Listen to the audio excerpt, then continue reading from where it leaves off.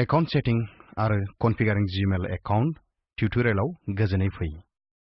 बे tutorialआव जों सोलोंगोन मोनसे इमेल एकाउन्टआव माबोरै गोदान फोल्डरफोर दाजाबनो हायो, मेसेजफोरखौ नागिरनो थाखाय फिल्टारफोरखौ एडभान्स सेट खालामनो, खौरां फिल्टारफोरखौ मेनेज खालामनो, जों सोलोंबावगोन याहू एकाउन्टखौ मेनुअली कनफिगार खालामनो, गोबां इमेल एकाउन्टफोरखौ मेनेज खालामनो, मोनसे मेल एकाउन्टनि एकाउन्ट सेटिंखौ सोलायनो, मोनसे इमेल एकाउन्टखौ डिलीट खालामनो।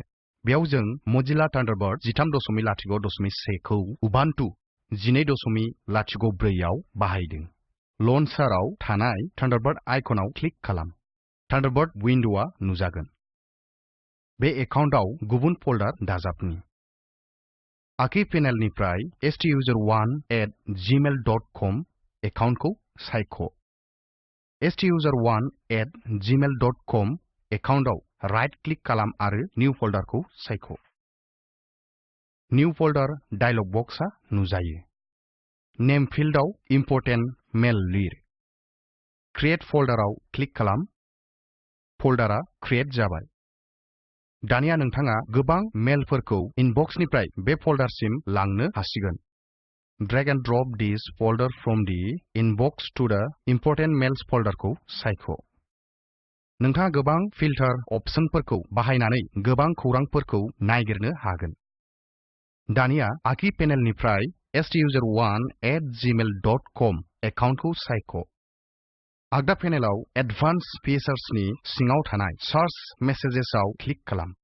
सार्च मेसेजेस डायलग बक्सआ नुजायो।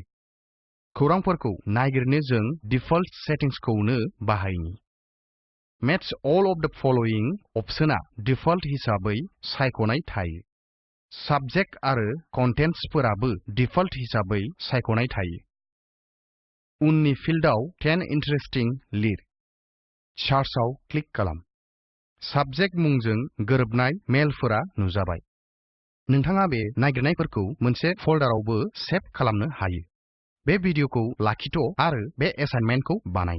अक्ट'खौ लानानै मेलफोरखौ नागिर आरो बिसोरखौ मोनसे फोल्डरआव सेभ खालाम। बे डायलग बक्सखौ बन्द खालामनि। बे मेल एकाउन्टनि थाखाय मोनसे गोदान फिल्टार सोरजिनि। फिल्टारा मोनसे खान्थि जेराव नोंथाङा बेखौ नोंथांनि खौरांफोरखौ मेल बक्सआव साजायनो बाहायनो हायो। बेयाव जों साबजेक्ट थान्डारबार्डआव थानाय मेलफोरखौ इम्पोर्टेन्ट मेल्स फोल्डरआव लांनांगोन। आखि पेनेलनिफ्राय STUSER1@gmail.com एकाउन्टखौ सायख'। एडभान्स फिचार्सनि सिङाव थानाय मेनेज मेसेज फिल्टार्स आव क्लिक खालाम। मेसेज फिल्टार्स डायलग बक्सआ नुजागोन। निउ टेबआव क्लिक खालाम। फिल्टार रुल्स डायलग बक्सआ नुजायो। फिल्टार नेम फिल्डआव साबजेक्ट थान्डारबार्डखौ लिर। आरोबाव फिल्टारखौ सेट खालामनो थाखाय डिफल्ट सेटिंग्सखौ बाहायनि। Match all of the following अपसनआ फिल्ड हिसाबै सायख'नाय थायो। साबजेक्ट आरो कन्टेन्ट्सफोराबो डिफल्ट हिसाबै सायख'नाय थायो। उननि फिल्डआव लिर थान्डारबार्ड। बिनि उनाव परफर्म दिस एक्शन फिल्डआव मुव मेसेज टु अपसनखौ सोलायनि। उनाव थानाय ड्रप डाउनआव क्लिक खालाम आरो इम्पोर्टेन्ट मेल्स फोल्डरखौ सायख'। अकेआव क्लिक खालाम। फिल्टारखौ मेसेज फिल्टार्स डायलग बक्सआव दिन्थिबाय। रान नाउआव क्लिक खालाम। डायलग बक्सखौ बन्द खालाम। दानिया इम्पोर्टेन्ट मेल्स फोल्डरआव क्लिक खालाम। नोजोर हो जे साबजेक्ट थान्डारबार्ड मेल्सफोरा बे फोल्डरआव लांजाबाय। नोंथाङा थान्डारबार्डआव गोबां इमेल एकाउन्टफोर मेनेज खालामनो हायो। बे माने नोंथाङा थान्डारबार्डखौ बाहायनानै नोंथांनि जिमेलावल' खौरांफोरखौ मोननो, दैथायनो आरो मेनेज खालामनो हायो नङा, नाथाय याहू एबा गुबुन गुबुन मेल एकाउन्टआवबो हायो। नोंथाङा मिथिखायो जे जिमेल एकाउन्टफोरा थान्डारबार्डजों गावनो गाव कनफिगार खालामजायो। गुबुन एकाउन्टफोरखौ मेनुअली कनफिगार खालामनांगौ। थान्डारबार्डनि गेजेरजों STUSER2@yahoo.in याहू एकाउन्ट कनफिगार खालामनि। आं याहू एकाउन्टआव पपखौ एनाबल्ड खालामखाबाय। बेखौ आं माब्रै खालामखो? गिबियावनो आंनि याहू एकाउन्टआव आं लग इन खालामबाय। बिनि उनाव मोनसे गोदान ब्राउजार खेव आरो एड्रेस बाराव लिर www.yahoo.in। दानिया इउजार मुंखौ लिर STUSER2@yahoo.in आरो बिनि उनाव पासवर्ड। गोजौ आखि खनानिफ्राय अपशन्स आरो मेल अपशन्सआव क्लिक खालाम। आखि पेनेलाव पप एन्ड फरवार्डिंआव क्लिक खालाम। एक्सेस याहू मेल भाया पप खौ सायख'। क्लोज द टेब खौ क्लिक खालाम। सोलायनानै सेभ खालामनायनि खौरां थानाय डायलग बक्सआ नुजायो। सेभआव क्लिक खालाम। दानिया याहूनिफ्राय लग आउट खालामनि आरो ब्राउजारखौ बन्द खालामनि। दानिया आगदा पेनेलनिफ्राय एकाउन्टनि सिङाव क्रिएट निउ एकाउन्टआव क्लिक खालाम। मेल एकाउन्ट सेटआप डायलग बक्सआ नुजागोन। दानिया user2 लिरनि। बिनि उनाव इमेल एड्रेसआव याहू आईडी खौ लिरनि STUSER2@yahoo.in। बिनि उनाव पासवर्डखौ टाइप खालाम। कन्टिनिउआव क्लिक खालाम। मेल एकाउन्ट सेटआप डायलग बक्सआ नुजागोन। इनकामिं सार्भार नेम फिल्डआव pop3 खौ सायख' आरो सार्भार हस्टनेमखौ pop.mail.yahoo.com हिसाबै टाइप खालाम। pop3 खौ जों सायख'बाय जे जों मेलफोरखौ अफलाइन नायगोन आरो बेनिखायनो गासैबो मेल्सफोरखौ जों गावनि कम्पिउटाराव डाउनलड खालाम। इनकामिं फिल्डआव पर्टनि थाखाय पर्ट नाम्बारखौ लिर। याहूनि थाखाय बियो 110। SSL ड्रप डाउन आव स्टार्ट TLS खौ सायख'। ऑथेंटिकेशन ड्रप डाउनआव क्लिक खालाम आरो नर्मेल पासवर्डखौ सायख'। आउटगोइंग फिल्डआव सार्भार नेमआव SMTP खौ सायख' आरो सार्भार हस्टनेम हिसाबै smtp.mail.yahoo.com लिर। पर्टनि थाखाय पर्ट नाम्बारखौ लिर। याहूनि थाखाय बियो 465। SSL ड्रप डाउनआव SSL/TLS खौ सायख'। ऑथेंटिकेशन ड्रप डाउनआव क्लिक खालाम आरो नर्मेल पासवर्डखौ सायख'। इउजारनेम फिल्डआव STUSER2 लिर। क्रिएट एकाउन्ट बाटोनआ एनेबल्ड जाबाय। क्रिएट एकाउन्टआव क्लिक खालाम। याहू एकाउन्टआ कनफिगार्ड जाबाय। नोंथांनि इन्टारनेट कानेक्सननि सायाव सोनारनानै बे दान्दिसे सम लानो हागौ। नोजोर हो जे थान्डारबार्ड विन्ड'नि आगदा पेनेलाव दा याहू एकाउन्टखौ दिन्थिबाय। इनबक्सआव क्लिक खालामनि। याहू एकाउन्टनिफ्राय गासैबो मेलफोरा बेयाव डाउनलड जाबाय। दा नोंथाङा थान्डारबार्डखौ नोंथांनि याहू आरो जीमेल एकाउन्टनिफ्राय सौफैनाय मेलफोरखौल' नायनो हायो नङा, नाथाय कानेक्सनावनो मोन्नैबो एकाउन्टखौ मेनेजबो खालामनो हागोन। दानिया थान्डारबार्डआव इमेल एकाउन्टफोरनि थाखाय थानाय प्रेफारेन्सेस सेटिंग्सखौ नायनि। नोंथाङा हाबावगोन जीमेल एकाउन्टआव दोनथुमनाय मेलफोरखौ थान्डारबार्डनि गेजेरजों दैथायहरजानायखौ कपिबो लानो हागोन। फिन हरनाय समाव अरिजिनेल खौरांफोरखौ गोसोखांनो हागोन। जांक खौरांफोरखौ सिनायथि खालाम एबा नोंथांनि कम्पिउटारनि डिस्कनि जायगाया आबुं जाबायब्ला माखासे खौरांफोरखौ डाउनलड खालामनाङा। आखि पेनेलनिफ्राय जीमेल एकाउन्टखौ सायख'नि। थान्डारबार्ड मेल डायलग बक्सआ नुजागोन।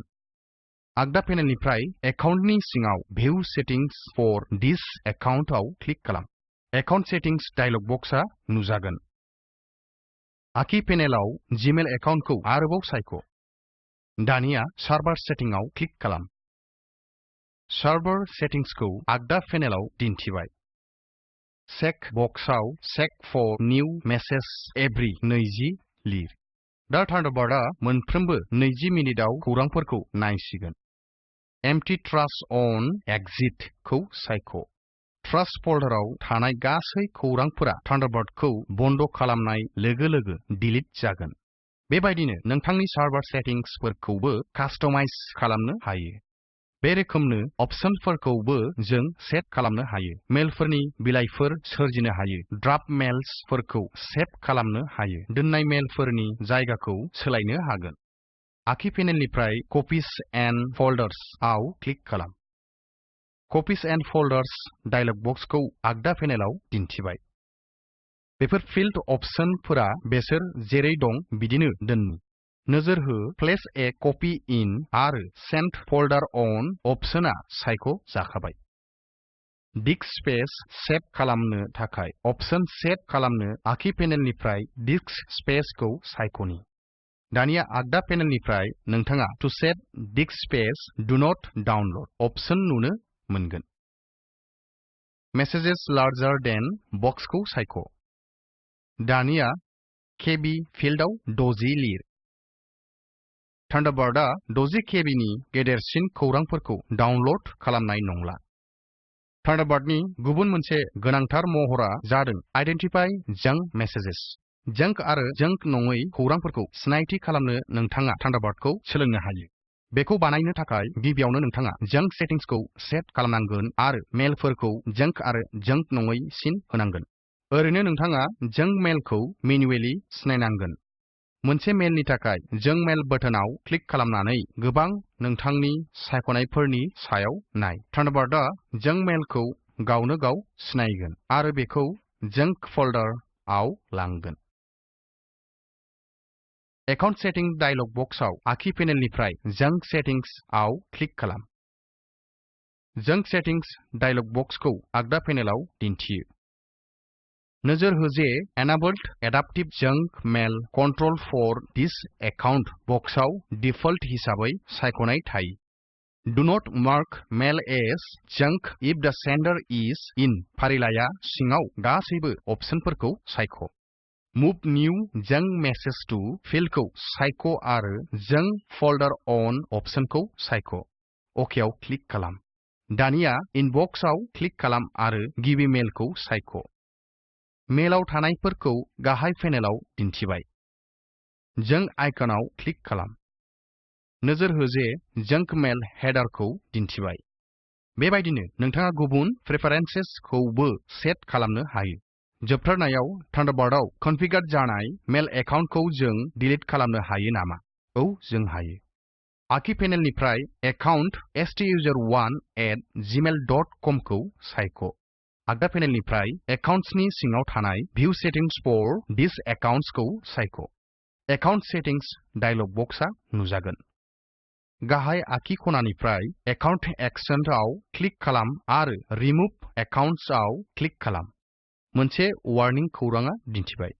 जुदि जों अकेआव क्लिक खालामो एकाउन्टआ डिलिट जागोन। थेवबो बे टिउटरियेलनि थाखाय जों बे एकाउन्टखौ डिलिट खालामा।